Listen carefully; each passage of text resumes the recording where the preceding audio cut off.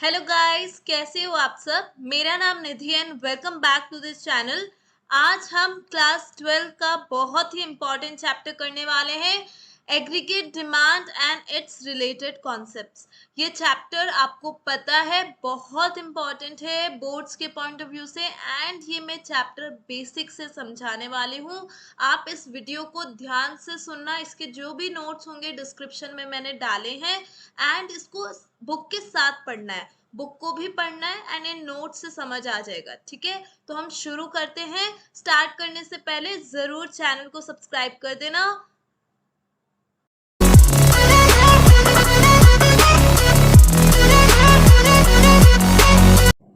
तो aggregate demand and related concepts के लिए सबसे बेसिक चीजें पहले समझो। सबसे पहला टॉपिक है इंडिविजुअल डिमांड। इंडिविजुअल डिमांड क्या होता है? एक आदमी जो एक पर्टिकुलर गुड की डिमांड कर रहा है। ठीक है, demand of a particular good by an individual. फिर है मार्केट डिमांड। मार्केट में आ जाता है वो जो पर्टिकुलर गुड है उसमें पूरा मार्केट क्या डिमांड कर रहा है। मान लो ये फोन है, एक इंडिविजुअल आदमी इस फोन की क्या डिमांड कर रहा है, ये है इंडिविजुअल डिमांड। मार्केट डिमांड हो गया इस फोन की पूरे मार्केट में सारे लोग क्या डिमांड कर रहे हैं, वो मार्केट डिमांड। अब एग्रीगेट डिमांड क्या होता है? एग्रीगेट डिमांड मतलब जितने भी गुड्स है, सारे गुड्स, उन सबकी डिमांड। यहाँ पे मैंने इसलिए 3 डॉट्स बनाई है कि जितने भी गुड्स है उन सब की मार्केट में क्या डिमांड है। Aggregate demand refers to the total value of all final goods and services which all the sectors in the economy, all the sectors कौन से? हाउस firms, government, foreign, ठीक है, all the sectors in the economy are planning to buy at a given level during one accounting year। जितने भी sectors है, that is सारे लोग, ऐसे समझो जितने भी लोग है सारे लोगों की क्या प्लानिंग, क्या गुड्स एंड सर्विसेज वो प्लान कर रहे हैं बाय करने की, वो है एग्रीगेट डिमांड। समझ आई बात? इजी लग रहा है ना? आगे सुनना ध्यान से। जितने भी एक्सपेंसेस होंगे उतनी ही डिमांड होगी क्योंकि वो प्लानिंग टू बाय कर रहे हैं। ठीक है, तो यहाँ पे जो नेशनल इनकम का एक्सपेंडिचर मेथड है उसको लेके आओ। आई होप वो आता है आप सबको, नहीं तो नेशनल इनकम का मैं एक वीडियो डालूंगी, उसको देख लेना। यहाँ पे जितने भी एक्सपेंसेस होंगे उतनी ही डिमांड होगी। सबके जितने भी एक्सपेंस होंगे इन टोटल, तो एक्सपेंस इन टोटल कैसे निकालेंगे? एक्सपेंडिचर मेथड क्या कहता है नेशनल इनकम का? Private final consumption expenditure. जो भी हाउस होल्ड है वो कितना खर्चा कर रहे हैं उसको बोल दिया प्राइवेट फाइनल कंजम्पशन एक्सपेंडिचर। जो भी गवर्नमेंट कर रही है खर्चा उसको बोल दिया गवर्नमेंट कंजम्पशन एक्सपेंडिचर। जो भी फर्म खर्चा कर रही है उसको बोल दिया इन्वेस्टमेंट्स या फिर ग्रॉस डोमेस्टिक कैपिटल फॉर्मेशन। और फॉरेन ट्रेड के खर्चे को क्या बोल दिया? Exports minus imports. 4 सेक्टर कौन से होते हैं? हाउस होल्ड, फर्म, और बताओ, गवर्नमेंट एक्सपेंडिचर, है ना, गवर्नमेंट आ गई, और फॉरेन ट्रेड। ये चारों सेक्टर्स जो है, वो जो भी सेक्टर्स है वो जो खर्चा कर रहे हैं उनको टोटल कर दो, जितना उनका खर्चा होगा उतनी उनकी डिमांड होगी। ये क्लियर है? वही होता है एग्रीगेट डिमांड। तो एग्रीगेट डिमांड का फॉर्मूला कैसे बनेगा, ये एक चीज को ध्यान से सुनना, इस पॉइंट को समझना। जब हम क्लास 12 की बात कर रहे हैं, सीबीएसई ने बोला है तुम 4 सेक्टर का लोड मत लो, इतना तुमको याद नहीं रहेगा। बोलते हैं 2 सेक्टर से ही पढ़ो ताकि सबको इजीली समझ आए। ठीक है, तो 2 सेक्टर हमने कौन से लिए? पहला लिया हाउस होल्ड और दूसरा क्या लिया? बिजनेस फर्म्स, फर्म्स को ले लिया। तो हमें इकोनॉमिक्स में, मैक्रो इकोनॉमिक्स में 12th में ओनली 2 सेक्टर के पॉइंट ऑफ व्यू से इकोनॉमिक्स पढ़नी है। इसीलिए सर्कुलर फ्लो भी 2 सेक्टर का ही है और यहाँ पे एग्रीगेट डिमांड भी 2 सेक्टर का ही है। तो यहाँ पे एक्सपेंडिचर तो हमने समझ में आ गया कि एग्रीगेट डिमांड में आते तो सारे ही सेक्टर्स है, सारे सेक्टर्स का खर्चा आता है। कंजम्पशन को, प्राइवेट फाइनल कंजम्पशन को सी नाम दे दिया। गवर्नमेंट कंजम्पशन को जी नाम दे दिया, इन्वेस्टमेंट्स जो फर्म करती है उसको आई दे दिया, एंड एक्सपोर्ट्स एंड इंपोर्ट्स को फॉरेन ट्रेड का एक्स माइनस एम जो हो गया वो दे दिया। एक्सपोर्ट माइनस इंपोर्ट, एक्सपोर्ट्स पे हम खर्चा करते हैं, हम बनाते हैं, गुड्स बनते हैं तो खर्चा होता है हमारा, है ना। इंपोर्ट्स माइनस कर दो, वो हमारा खर्चा नहीं हुआ है बनने में, ठीक है। तो यहाँ पे दो सेक्टर कौन से लिए, only household that is C, and I जो है फर्म्स, इसलिए aggregate demand C plus I, दो सेक्टर का ये फॉर्मूला हो गया, और हमें इसी फॉर्मूले से पढ़ना है इस चैप्टर को, ठीक है। अब भी सीबीएसई वालों ने बोला कि भाई सी प्लस आए भी शायद लोगों को समझ ना आए, बच्चों को और इजी बना देते हैं। तो आय को क्या माना, जो फर्म खर्चा करती है, इन्वेस्टमेंट्स होती है, वो उसको उसको मान लो कांस्टेंट। तो आय पूरे चैप्टर के अंदर कांस्टेंट है, जो भी चेंज हो रहा है वो कंजम्पशन में ही होगा, और इनडायरेक्टली एडी जो है उसका चेंज किसकी वजह से होगा, ओनली कंजम्पशन की वजह से, क्योंकि आय तो कांस्टेंट माना है। ये क्लियर हो गई बात, आई होप क्लियर हो गई होगी, समझ आ रहा होगा, ठीक है। कोई भी डाउट हो, मैं हमेशा बोलती हूँ बिल्कुल बेसिक्स को अपने क्लियर रखो, स्ट्रांग रखो, कोई भी डाउट हो तो जरूर मेरे से कमेंट्स में पूछना। अब आगे चलते हैं, अब देखो ध्यान से सुनो, अब कंजम्पशन को हम इनकम के साथ रिलेट करके पढ़ेंगे।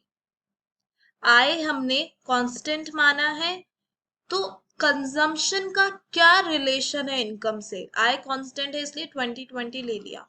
अब कंजम्पशन जो हाउस होल्ड करता है ना, कंजम्पशन का इनकम से क्या रिलेशन है इसे समझना है, ये बहुत इंपॉर्टेंट है, ध्यान से सुनना। मान लो इनकम इंक्रीज हो रही है, पर सबसे पहले इनकम को हमने जीरो लिया। अगर इनकम जीरो होती है तब भी कंजम्पशन होता है कुछ ना कुछ, इसका क्या मतलब है। सपोज करो पर्सन एक्स है, वो क्लास 12th में, ठीक है, 12th में वो कुछ भी नहीं कमा रहा, जीरो अर्निंग है उसकी, ठीक है, तब भी उसके खर्चे तो होंगे, होंगे या नहीं होंगे, होंगे। वो बुक्स भी खरीदेगा, वो खाना भी खाएगा, ठीक है, स्कूल भी जाएगा, तो सारे खर्चे हैं, तो वो खर्चे फिर भी होंगे चाहे इनकम जीरो है। तो चाहे हमारी इनकम जीरो होती है तब भी हमारी कंजम्पशन तो कुछ ना कुछ रहती है। जो consumption zero level of income पे रहती है उसको क्या बोलते हैं, ऑटोनॉमस कंजम्पशन। वो कैसे पूरी होती है, या तो हम किसी से उधार लेते हैं या हम हमारी पुरानी सेविंग्स को यूज करते हैं, पर हमेशा कंजम्पशन तो कुछ ना कुछ रहेगी, कंजम्पशन जीरो नहीं होगी, इंसान खाना तो खाएगा ही, ठीक है, क्लियर है। फिर मान लो वो 12th के बाद आ गया ग्रेजुएशन में, अब उसने स्टार्ट कर दी अर्निंग, उसने अर्निंग स्टार्ट करी, पार्ट टाइम जॉब वो कर रहा है, तो वो 100 रुपए तक कमा रहा है ऐसे मान लो, ठीक है। अभी भी वो थोड़ा कम ही कमा रहा है, अभी भी खर्चे और ज्यादा है उसके, उसका कॉलेज का आने जाने का फीस, कॉलेज का फीस, हाँ, खाना पीना बुक्स सबका खर्चा है, ठीक है। तो उसने जितना कमाया वो तो उसने खर्च किया ही, और एक्स्ट्रा उसने अपनी मम्मी से ले लिया कि मम्मी अभी भी मैं इतना नहीं कमा रहा कि मैं सारे अपने खर्चे उठाऊं, थोड़ा सा दे दो 20 रुपए तक, तो उसने बोरो कर लिया, और 120 तक का उसने खर्चा किया, 100 रुपए उसने जिसमें से कमाए थे, समझ आ रही है बात। उसकी कमाई इतनी ज्यादा नहीं थी कि वो सारे खर्चे अपने उठा सके, सारी जरूरत की चीजें वो खुद खरीद सके, ऐसा नहीं था, तो उसने 20 रुपए बस बोरो किए, बाकी उसने 100 रुपए अपने खुद के खर्च कर लिए, क्लियर। अब उसकी धीरे धीरे इनकम बढ़ गई, अब उसकी इनकम हो गई 200, तो उसने मम्मी को कहा कि अब मैं अपने खर्चे उठा सकता हूँ, जितना भी मेरा कंजम्पशन होगा वो मैं खुद उठाऊंगा, तो उसने कंजम्पशन कर लिया बराबर, 200 200 बराबर हो गई, सारा खर्चा वो अपना उठा पा रहा था, ठीक है। अब उसकी इनकम और बढ़ी, तो 300 हो गई अब इनकम, तो उसके खर्चे तो बढ़ेंगे, ठीक है, बट खर्चे 280 बढ़ा है यहाँ पे, खर्चा 300 को क्रॉस नहीं हुआ। इस चीज को समझो, क्या मतलब है यहाँ पे इसका। देखो, जब हमारी इनकम 200 थी तो हमने 200 जितने खर्चे किए और हमारी सारी जरूरतें की चीजें पूरी हो चुकी थी। हमारे पास इजीली हम सब कुछ अफोर्ड कर पा रहे थे, सब कुछ था हमारे पास, फोन भी था, सब कुछ था, तो सारा जो भी कमाया कंजम्पशन में खर्च हो गया। अब जैसे ही इनकम बढ़ी तो हमने सोचा यार 10,000 का फोन है, चलो 20,000 का ले लेते हैं। थोड़े बहुत खर्चे हमने बढ़ा दिए, बट हमने सारा खर्च नहीं किया, क्योंकि हमें लगा कि हमारी सारी जरूरतें की चीजें तो पूरी हो चुकी है। अब हम थोड़ा सेव कर लेते हैं। तो एक पॉइंट के बाद जैसे जैसे इनकम बढ़ती है, कंज्यूमर सेव करने लग जाता है। वो अपने खर्चे उस लेवल से नहीं करता करता है, बट वो सेव भी करता है। तो स्टार्टिंग में तो वो पूरा खर्चा करता है, जितने भी उसको जरूरत है की चीजें है, 40 से 120 हुआ, फिर इक्वल टू इनकम हो गई 200, उसने सब खर्चा कर दिया, जितना भी उसको चाहिए उसने सब लिया। बट एक लेवल के बाद आपकी इनकम बढ़ती जा रही है, तो आप अपने खर्चे बढ़ाओगे थोड़े बहुत, बट आप साथ ही साथ सेव भी करोगे, क्योंकि आपकी सारी जरूरतों की चीजें पूरी हो चुकी है। तो अगर आप खर्चे बढ़ा रहे हो, थोड़े बहुत आप खर्चे इंक्रीज करोगे, पर प्रपोर्शनेट इंक्रीज इनकम में ज्यादा होगा। क्लियर। जब प्रपोर्शनेट इंक्रीज इनकम में ज्यादा होता है तो कंजम्पशन में उतना नहीं होता एक लेवल के बाद, क्योंकि एक लेवल जब 200 200 हो गए, इक्वल हो गए, सारी उसकी जरूरतें पूरी हो गई, तो the consumer will start saving. तो वो खर्चा करेगा, थोड़ा बहुत खर्चा वो बढ़ाएगा अपना, बट वो इनकम से हमेशा कम ही रखेगा, क्योंकि वो सेव करने लग जाएगा। पहले वो उधार ले रहा था, तो अब वो क्या करेगा, वो सेव भी करेगा। समझ आ रही है बात। आई होप ये पॉइंट क्लियर है। ये कॉन्सेप्ट बेसिक से मैं समझा रही हूँ। एक बेसिक कंज्यूमर के जो इनकम जीरो है, वो अपनी इनकम इंक्रीज कर रहा है, तो उसका खर्चा जो है जैसे जैसे इनकम इंक्रीज हो रही है इंक्रीज होगा, बट धीरे धीरे पहले ज्यादा इंक्रीज होएगा। सारी जरूरतें की पूरी सारा सामान आ गया, 200 200 हो गया, फिर क्या होगा, इंक्रीज होगा, बट इतना हम ज्यादा खर्च नहीं करेंगे। क्यों? बिकॉज हम सेव करेंगे। ये पॉइंट क्लियर हो रहा है ना? क्योंकि पहले हम उधार ले रहे थे, जब वो 12th में था बच्चा तब वो उधार ले रहा था अपनी मम्मी से, देन 20 रुपए उसके बाद उसने और उधार लिए सेकंड पॉइंट पे। अब वो 200 200 पे उधार नहीं लेगा। अब 200 200 होने के बाद उसको लगेगा यार इतने भी ज्यादा खर्चे नहीं है, थोड़े बहुत कर लेता हूँ, और वो सेव करेगा। तो इसी टेंडेंसी से, इसी कॉन्सेप्ट से हमें समझना है इस कॉन्सेप्ट को। ये कॉन्सेप्ट क्या बोल रहा है, जैसे जैसे इनकम इंक्रीज होती है कंज्यूमर का कंजम्पशन इंक्रीज होता है, बट प्रोपोर्शनेटली कम इंक्रीज होता है, बिकॉज एक कंज्यूमर सेव भी करने लग जाता है। ठीक है, क्लियर। ठीक है, तो एडी क्या हो गया, एडी हो गया C plus I. C plus I means जो भी हमारा सी 40 120 200 280 ये सब जो है, उसी को आई में प्लस कर दो और उससे आ जाएगा सी प्लस आई एडी। तो टेबल याद करनी हो तो कैसे याद करते हैं, आई को कांस्टेंट मान लो, ठीक है, इनकम मान लिया तुमने 100 के गैप में, कंजम्पशन मान लिया स्टार्टिंग पॉइंट 40 और 80 के गैप है कंजम्पशन में, देखो 40 से 120 हुआ, 80 का गैप, देन 120 से 280 का गैप। ऐसे याद रखना कि 80 ऐड करते जाओ, ठीक है, और सी प्लस आई करोगे तो एडी आ जाएगा। क्लियर हो गई है? अब इसी को ग्राफ में समझना, ठीक है। आई होप इतना क्लियर है, मैं समझा तो रही हूँ, बट ये हर एक बच्चे को समझ आना चाहिए, मैं बस यही चाहती हूँ।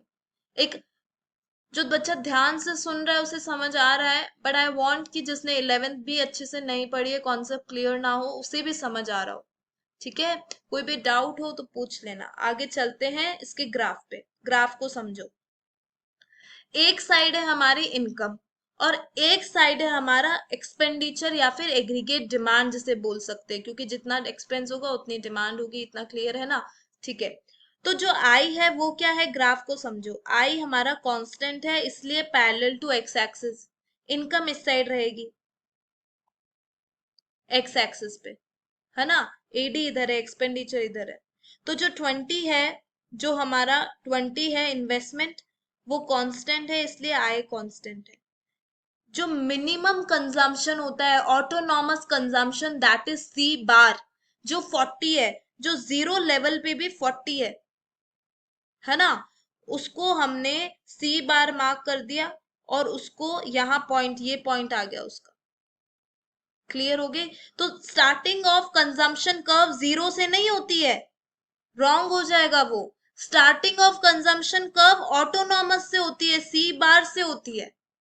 ये कभी भी जीरो को टच नहीं कर सकता, क्योंकि कंजम्पशन जीरो होती ही नहीं है, ना हो सकती है।